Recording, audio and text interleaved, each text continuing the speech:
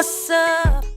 Aaliyah's death was really a sad moment in the industry and the world. She was a talented singer, dancer, and actress that hadn't yet reached her peak but was following up to it. Her undeniable talent has made her a figure that is hard to forget all these years later after her untimely death.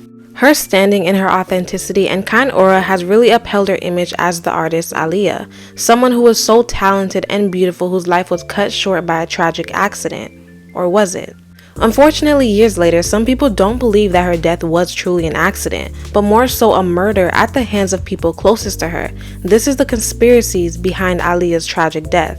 There is a lot that happened during Aaliyah's career that has raised a lot of red flags from her fandom, between her relatives, friends, and people she worked with in the industry that helped develop her career, and even her connection to R. Kelly. The entire situation just seems weird. It seems as if everybody played a hand in her tale, and it really all starts with her uncle, Barry Hankerson. Barry was married to Gladys Knight, who was a world-famous singer. Aaliyah, from a young age, started singing and performing. Like many celebrities who made it big, her initial introduction to the stage was on Star Search.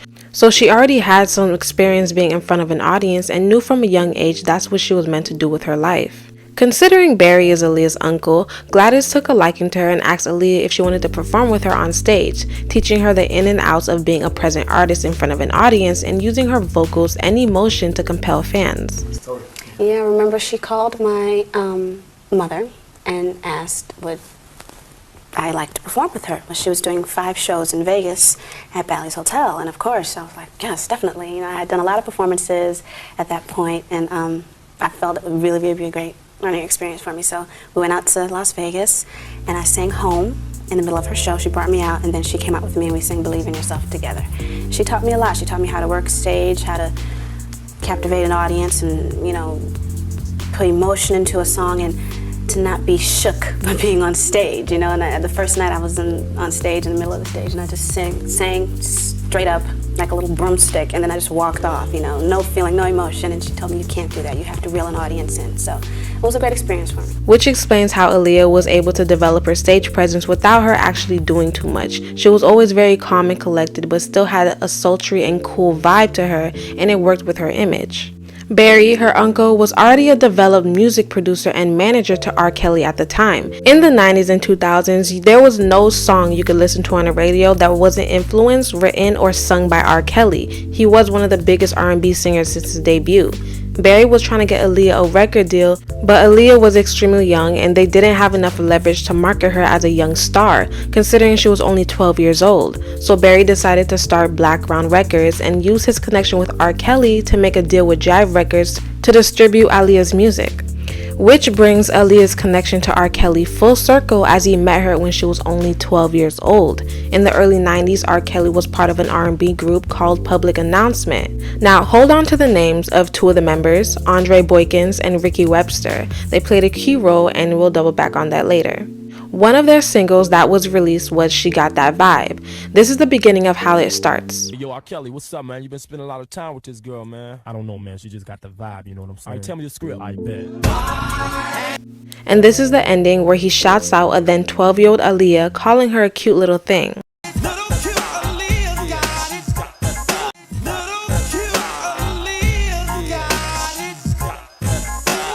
Now this is just the start in a series of events that played a hand in the pitfalls in Aaliyah's career and the many pieces of evidence that paints R. Kelly as a sicko. When R. Kelly met Aaliyah, he had a liking for her as she was a beautiful girl, and she did have a lot of alone time with him as he was helping her launch her career and her debut album. Aaliyah's first album was Age Ain't Nothing But a Number, released when she was just 14 years old. Obviously now the album name is very telling to everything that was revealed later on. He wrote and produced the majority of the album and tagged along to her press runs and her interview. There's even an interview where R. Kelly and Aaliyah were in matching Mickey Mouse outfits, Aaliyah calling him her best friend. You know, I've been getting a rundown on the street. Everybody seems to think that y'all are either girlfriend or boyfriend or cousins or friends. let's just get the record straight. I better go get me a white Jeep. Well, no, we're not related at all. No, we're not. We're just very close. He's my best friend. Yeah, cool. Now, who found her? In the whole wide world. I found Leah. As a matter of fact, Barry Hankerson, my manager, Bob is great to work with because really it's not like we work because we're like really close. So it's like just fun, really. We just hang out, sing. I don't ever remember working. Yeah, it's just like fun. It seems like He was everywhere with her during this time and even played a hand in her album cover as he's seen in the background. Now the buzzing question you may be thinking is where were her parents during this time? As she was a minor and R. Kelly was nearing his 30s, where was Barry, his manager, and her uncle? Where was her mom and dad? Why was a man in his late 20s alone with their young teenage daughter? Questions I do not have the answer to because it seems as if everybody had their own agenda when it came to R. Kelly and Aaliyah. Mind you, Barry started Blackground to get Aaliyah's career off the ground using R. Kelly, literally a bona fide hitmaker, so if he needed to leave Aaliyah alone in the studio to put together songs and melodies, I think he did what he felt needed to be done to get the job done, with Agent Nothing But a Number being super successful and the album that launched her career successfully.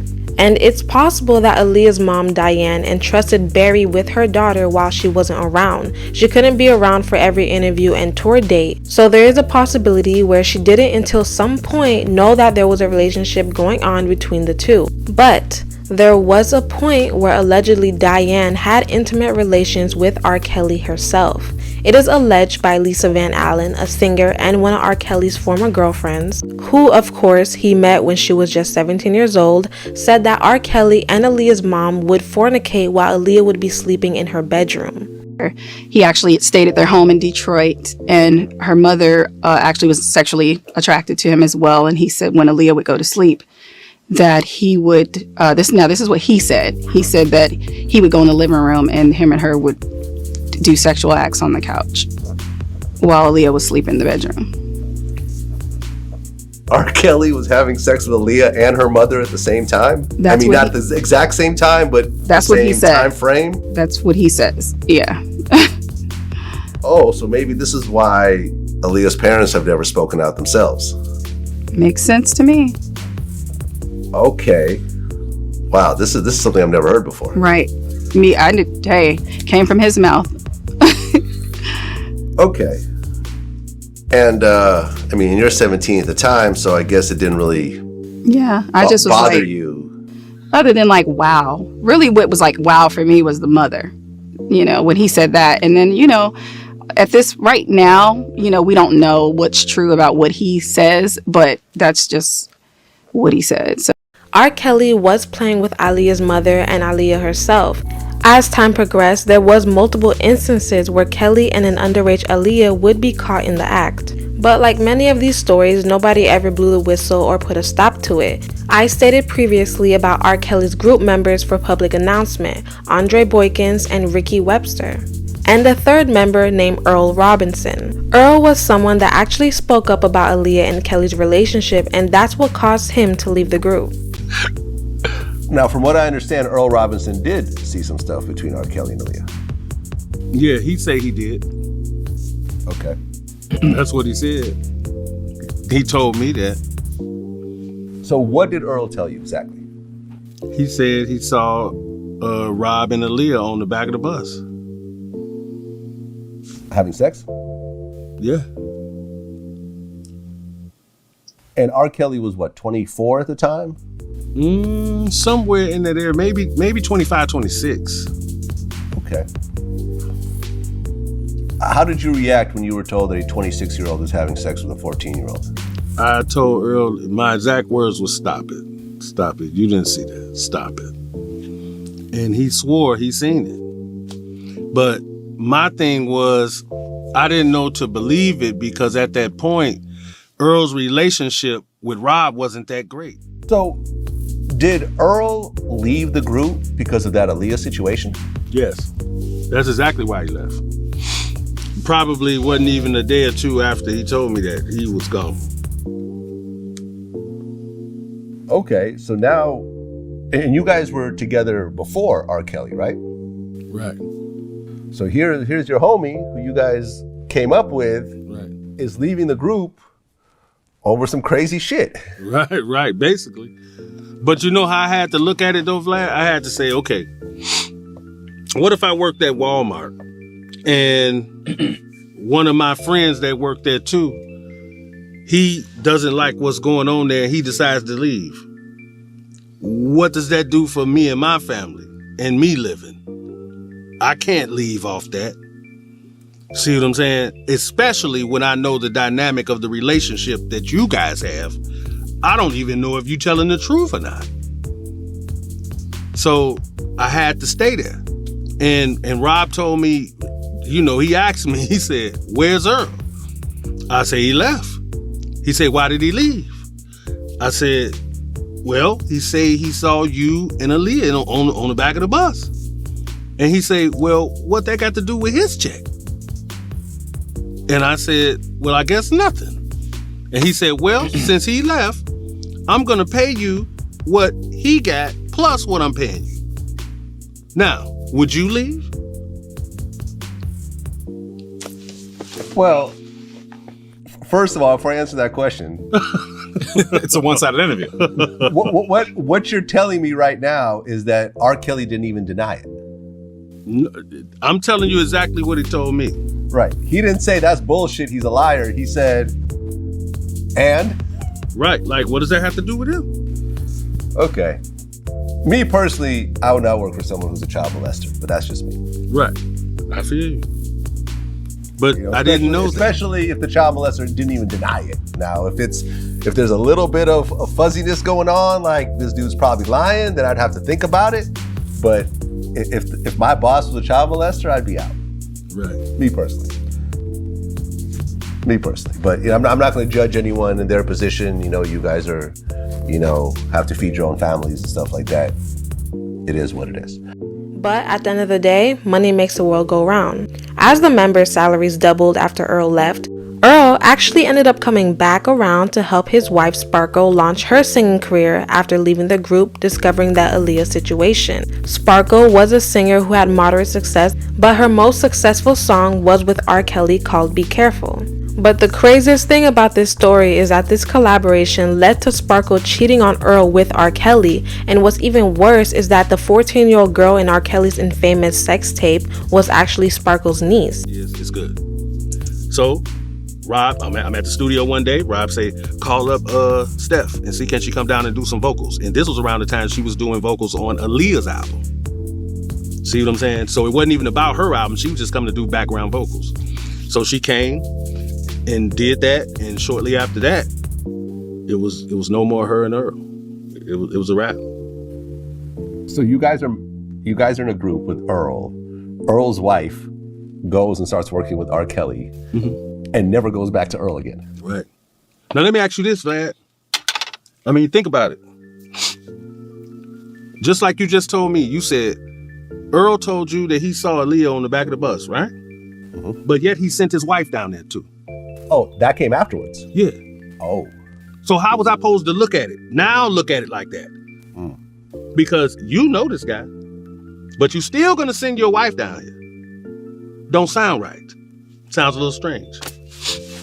Earl saw R. Kelly having sex with Aaliyah. He quits the group and then sends his wife to go work with R. Kelly afterwards. Okay, I can see where the doubt and so forth is. Exactly. Well, Dre, you said if you know R. Kelly, if he's producing any female, 9 times out of 10, he's having sex with them. Yeah. He told me that. Oh, R. Kelly told you that? Mm-hmm. Okay. So did R. Kelly tell you that he was... Did R. Kelly tell you that he was having sex with Sparkle? No.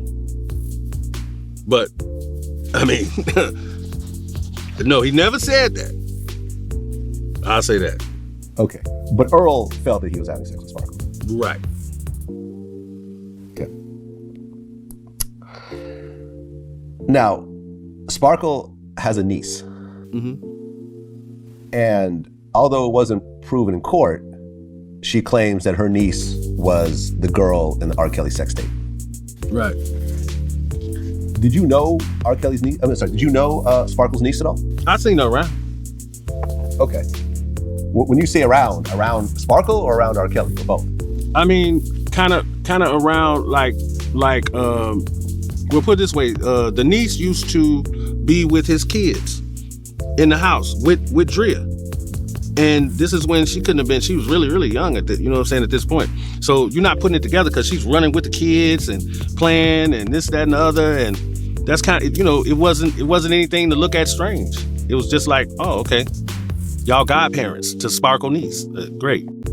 And this was actually proven in court that that was her niece, but that's a whole story for another day. Regardless, there was a lot of enablers in Aaliyah and R. Kelly's circle. So fast forward, Aaliyah and Kelly get married in 1994 when Aaliyah was just 15 years old. Now, it's been rumored that the reason why R. Kelly and Aaliyah hurried and decided to marry was because Aaliyah was allegedly pregnant and he needed her to get an abortion. This was a long-standing allegation, and there was resurfacing suspicion when Timbaland weirdly wished Aaliyah a happy Mother's Day on Instagram.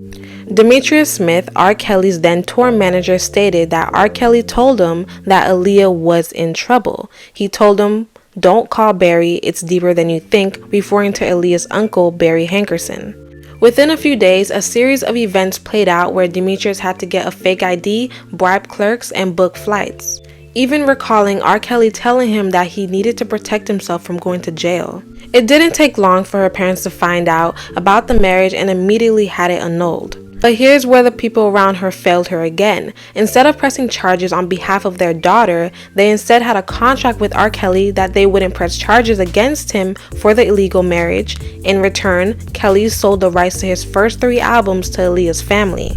And a non-disclosure agreement on both Aaliyah's part and Kelly's, vowing to not pursue any further legal claims for physical abuse. So it wasn't just an underage intimate relationship, he also allegedly hit her.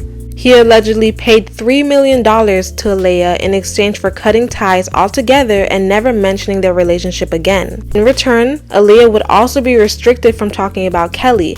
That also explains why she never spoke out against Kelly. She was very hush-hush and never wanted to go into details about their affairs. Barry Hankerson, on the other hand, claimed that he had no clue that Aaliyah and R. Kelly were in a relationship. Were you aware of the issues going on with R. Kelly when they were going on? No, didn't have a clue. Completely ignorant to it. Do you think anyone in the family was? Yes. Yes, I think my sister knew a lot more than what we thought she knew. Zero knowledge whatsoever, but put the blame on her mother, Diane, for knowing and turning a blind eye. But, there's a lot of buts. It was revealed by the people who worked alongside Barry that that was a complete lie. After Aaliyah's marriage, her father did not allow her to be around R. Kelly at all after that. But Barry, who was his manager, didn't necessarily cut ties right away. R. Kelly was the one who was actually planning to cut ties with Barry and not renew his management. Some people even allegedly heard him threatening to pull the plug on him and Aaliyah if he didn't renew the contract. People who were around who also said that they toured with R. Kelly and that Barry was still a prominent figure behind the scenes, so he really didn't stop his business for the behalf of Aaliyah and these disgusting allegations. It wasn't until the year 2000 that Barry finally cut ties with Kelly and told him he needed psychiatric help, as he does, but this was after he shouted out a 12-year-old Aaliyah on his song, after the Age Ain't Nothing But a Number album, and after the marriage. So why did he wait so long? He is not as innocent as he wants people to believe he is.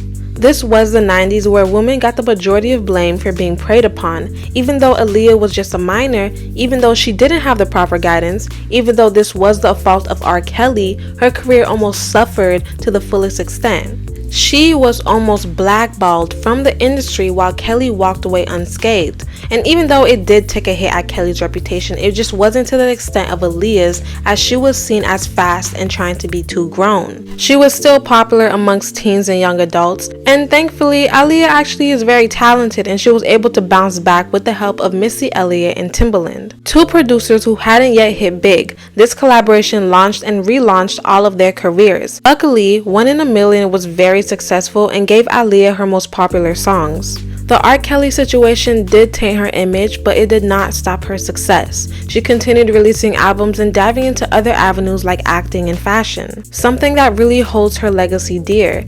She was starring in movies and soundtracks while also becoming more recognized for her fashion sense and style. Her 3rd album would be her last, and that's when tragedy struck. The plane, just after taking off for Florida in perfect weather, suddenly plummeted to the ground. Investigators now saying one of the engines apparently failed. Along with 8 passengers, Aaliyah, a young Brooklyn native and a talented singer and actress. Aaliyah was shooting the video for Rock the Boat in the Bahamas. When it was time to leave, her and her crew took a small plane back to Florida, where they ended up crashing along the way, ultimately leading to her death. This news shocked the airwaves and struck her fans. People mourned the loss of her death as she was a figure in music, but what also struck her fans was how she died. There has been a lot of speculations about Aaliyah's untimely death and the actual reasoning and cause for this fate. 5 days before Aaliyah's passing, Barry signed a release of liability on Aaliyah, so if something happened when she was filming the Rock the Boat video, he wouldn't be responsible. When Aaliyah dies, I was with Barry, when Aaliyah died, for a wrongful death. He got paid $90 million for her death. Am I supposed to say that on TV? For $90 million for her death. Was that just for his rights or whatever he owned? What she would have been able to make if she hadn't have died. Oh, okay. There was a lot of lawsuits. I guess. Okay. But that was the settlement. I wasn't in. I was there when we went over to the. He got $90 million. He wouldn't stayed at the L'Hermitage Hotel. We ate good, in deep mourning, right? But ultimately, what makes all of this weird was the fact that they were already shooting the video in Miami and went to the Bahamas to complete it. Why they had to go to the Bahamas is weird because Florida is similar to the Bahamas when it comes to the scenery. Florida is very beachy and surrounded by water. There's yachts left and right. I'm sure it wouldn't have made much of a difference to finish shooting in Miami, considering the other half of the video is using green screen. Hype Williams was the director of the video, and it was his idea to move the video to the Bahamas. And weirdly enough, he was also with Lisa Left Eye when she died in Honduras.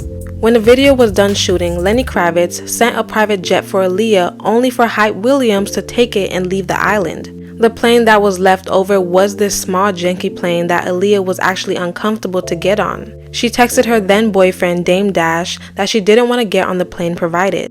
He's gonna make you do another day. Don't do it.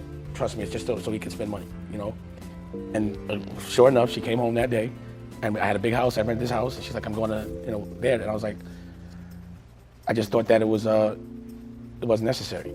I knew that was gonna happen. And then when she actually saw the plane, she, we had the Blackberries. She said, "I don't like this plane," and I was like, "Well, don't get on it." And she's like, "Well, I got to because I got work to do." She got on the plane, and she always had a very serious fear of planes in general. Mm-hmm. So she had to overcome a fear to get on that plane on the way there. But what I was really more tight about was that I had heard that Lenny Kravitz had offered her a jet, and that Hype had took the jet. So that's what really pissed me off about the situation when I heard about that. So you could ask. When the plane took off, it didn't take long for it to catch on fire and crash. The plane was not properly equipped for takeoff and was 700 pounds overloaded with equipment and luggage. It was even reported that the pilot wasn't qualified to fly the plane, and falsified experience was found in the pilot's logbook. There was a lot of things that went wrong this day, but a lot of this could have been prevented. Aaliyah and the rest of the passengers did not have to die. Why did Hype Williams take the plane that Lenny sent? And why was the plane overloaded? Who greenlit the plane to take off? A lot of people had questions regarding this unjust incident and don't believe it was an accident, even her manager.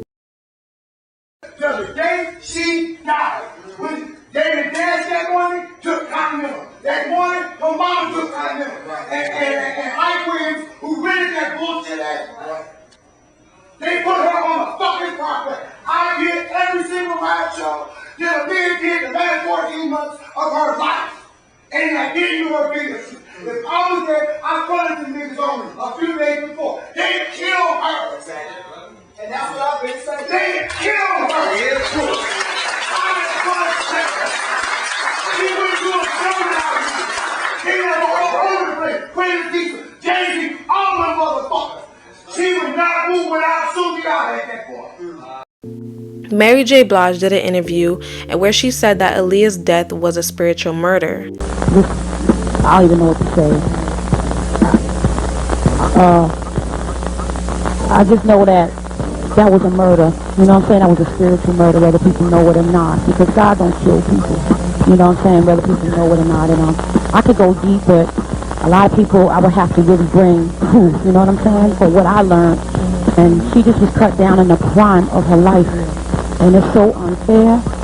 And it wasn't time. You know what I'm saying? It wasn't, I believe it wasn't her time to go, because from what I know, it ain't supposed to go down like that. And just simple obedience, like, you know, your gut always warns you this, that your gut never lies to you. And something like luggage and clothes and jewelry and all this madness that we worship is called false idols. We need to really look at the bigger picture right now and look at how honey could be here. And we all know that Hollywood can be very weird. Things that seem so out of bounds and far-fetched to the average person is very much real behind the scenes. Energy transfers, death, rituals are very much real, and when we speak about conspiracies, it's considered a crazy man's tale, but not everybody is lying. When you constantly hear about the same things in different formats, you can best believe that there's truth in it.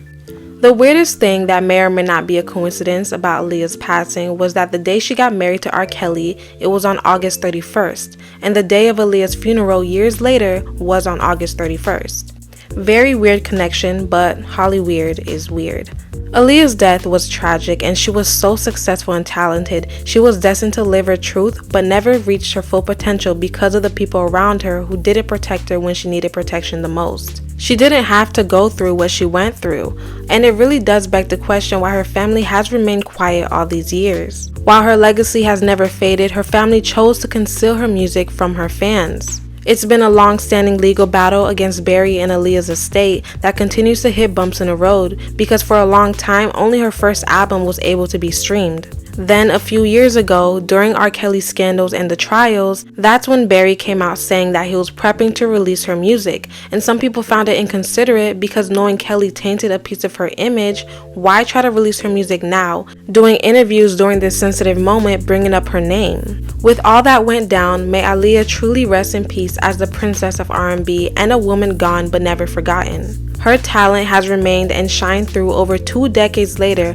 as an amazing singer and fashionista. Her legacy is beyond her music at this point because we know she was a star and a beautiful soul. Well, that concludes today's video, guys. Make sure you like and subscribe, and make sure you let me know your thoughts down below. Thank you. Toodles.